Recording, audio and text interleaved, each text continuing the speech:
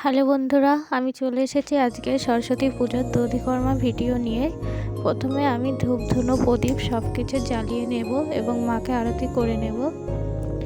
তো আজকের দিনেই হচ্ছে শেষ। আর যেহেতু আমি আমার মায়ের মূর্তিটি আমার ঘরেই থাকবে, আর যারা বিসর্জন দেবে তো দধিকর্মা হয়ে যাওয়ার পর ঘট নড়িয়ে দেওয়ার পর তোমরা বিসর্জন দিতে পারো। আর যাদের কাছে বরণডালা থাকবে তারা অবশ্যই মাকে বরণ করে নেবে। আর এইভাবেই আমাদের দধিকর্মাটা হয়। দেখো, দধিকর্মার দিন খই, দই, কলা, মিষ্টি এরকম একটা ভোগ সাজানো হয়, তার সঙ্গে কিছু কুচনো ফল দেওয়া হয় আর জল। আর তার আগে একটু মাকে পূজা করে নেওয়া হয়, যেমন গণেশের পূজা, গণেশ দেবতার পূজা, তারপরে পঞ্চদেবতার পূজা, তারপরে মায়ের পূজা, তারপরে হংসের পূজা। হ্যাঁ, তো আবার মায়ের নামে একটু ফুল দেওয়া হয়। তো এইভাবে পূজা করতে হয়। প্রথমে আচমন করে নিচ্ছি, নমো বিষ্ণু, নমো বিষ্ণু, নমো বিষ্ণু। এইভাবে প্রথমে নিজেকে আচমন করে নিয়ে মাথায় গঙ্গা জল ছিটিয়ে, সব কিছুতে গঙ্গা জল ছিটিয়ে তারপরে পূজা করতে হবে। তো দেখো, ধুনোটা একটু সরিয়ে দিই। ওম গং গণেশায় নমঃ।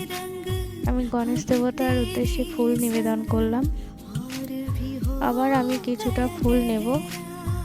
ওং পঞ্চদেবতায় নমঃ। পঞ্চদেবতার উদ্দেশ্যে ফুল নিবেদন করলাম। আবার আমি ফুল নেব। ওং শ্রী সরস্বতী দেবী নমঃ। আমি সরস্বতী দেবীর উদ্দেশ্যে ফুল দিলাম। ওং হংস বাহনায় নমঃ।